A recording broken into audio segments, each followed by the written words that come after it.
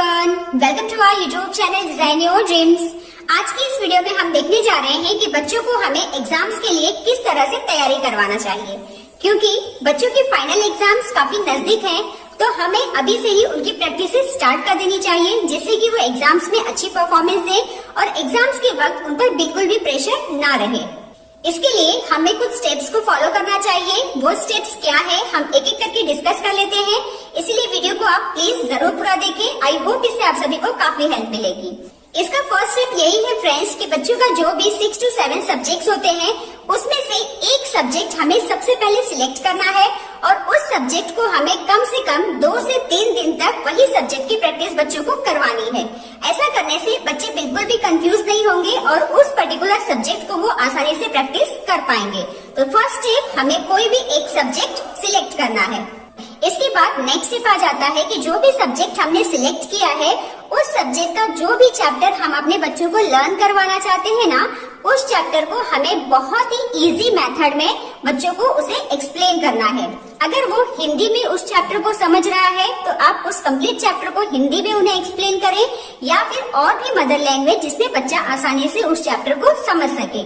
ऐसा करने से ये बेनिफिट होगा कि एग्जाम में कहीं से भी क्वेश्चन आए तो बच्चे उसे आसानी से सॉल्व कर पाते हैं। तो आप बच्चों को कंप्लीट चैप्टर एकदम इजी लैंग्वेज में एक्सप्लेन करें। So second step is explain the chapter in easy language.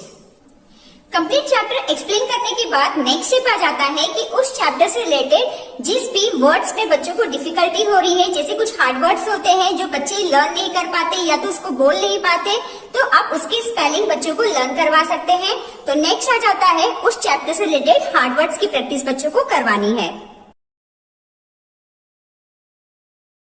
Words की प्रैक्टिस करवाने से ये बेनिफिट होता है कि जब बच्चे क्वेश्चन आंसर्स लिखते हैं ना, तो उसमें वो स्पेलिंग मिस्टेक्स नहीं करते और उनके मार्क्स भी कम्प्लीटली उसमें अचीव हो जाते हैं। तो हार्ड वर्ड्स की प्रैक्टिस आप बच्चों को जरूर कराइएगा।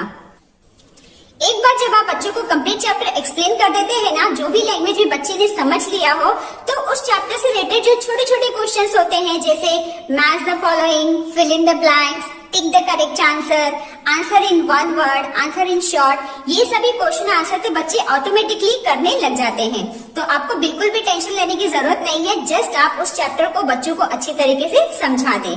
उसके बाद नेक्स्ट स्टेप हमारा आता है कि हमें ना जो भी आज बच्चों को पढ़ाया है उससे रिलेटेड आप एक छोटी सी वर्कशीट्स बना लें, ठीक है। तो नेक्स्ट स्टेप आ जाएगा, हमें वर्कशीट बनाना है।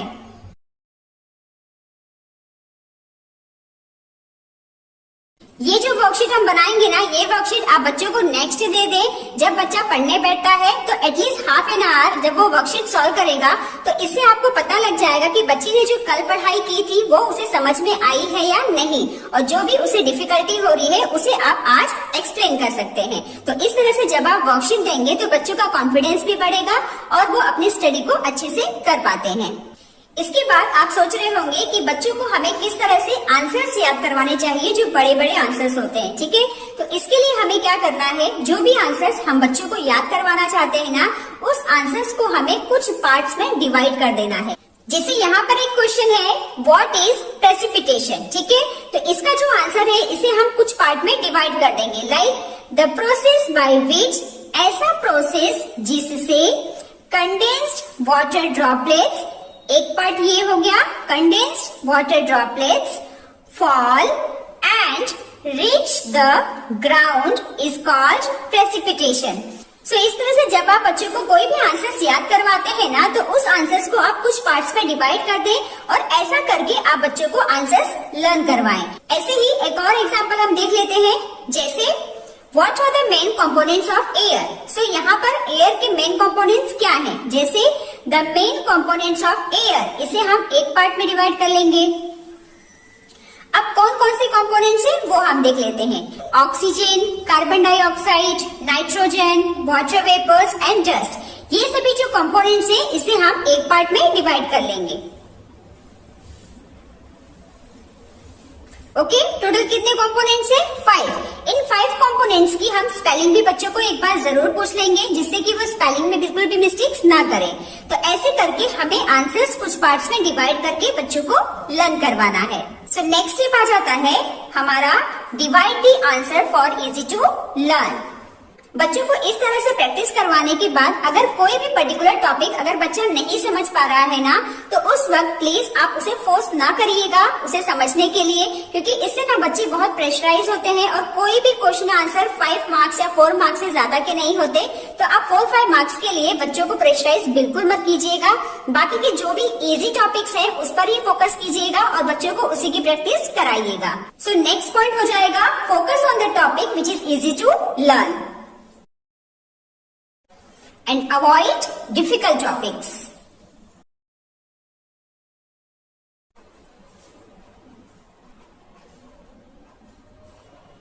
Okay?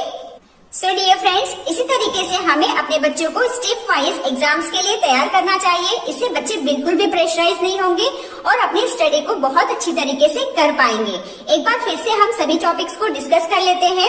Select any one subject first. कोई भी एक सब्जेक्ट हमें सबसे पहले सिलेक्ट करना है, उसे 2 से 3 दिन तक देना है और उसी सब्जेक्ट पर काम करना है। जो भी सब्जेक्ट हम बच्चों को पढ़ा रहे हैं उस चैप्टर को हमें बच्चों को इजी लैंग्वेज में, जिस भी लैंग्वेज में बच्चा समझ पाता है उस लैंग्वेज में एक्सप्लेन करना है और फिर उससे रिलेटेड जो भी हार्ड वर्ड्स है उसकी प्रैक्टिस बच्चों को करवानी है, जिससे कि वो आंसर्स लिखते वक्त मिस्टेक्स ना करें। जो भी हम आज बच्चों को पढ़ा रहे हैं उसकी एक छोटी सी वर्कशीट बना लें और जब बच्चा दूसरे दिन पढ़ने के लिए बैठे तो उसकी एक्सरसाइज आप बच्चों को करवा सकते हैं। आंसर्स लर्न करवाने के लिए आंसर्स को हमें डिवाइड कर देना है किसी पर्टिकुलर पार्ट में, जिससे कि बच्चा उसे आसानी से समझकर लिख सके। इसके बाद जो भी टॉपिक इजी है, बच्चा आसानी से कर पा रहा है, उसी टॉपिक पर हमें फोकस करना है एग्जाम्स के वक्त। डिफिकल्ट टॉपिक पर हमें प्रेशराइज करके बच्चों को बिल्कुल भी डिस्टर्ब नहीं करना है। तो ये कुछ पॉइंट्स थे, आई होप इससे आप सभी को काफी हेल्प मिली होगी। तो चलिए मिलते हैं अब हम नेक्स्ट वीडियो में। Till then bye bye and take care.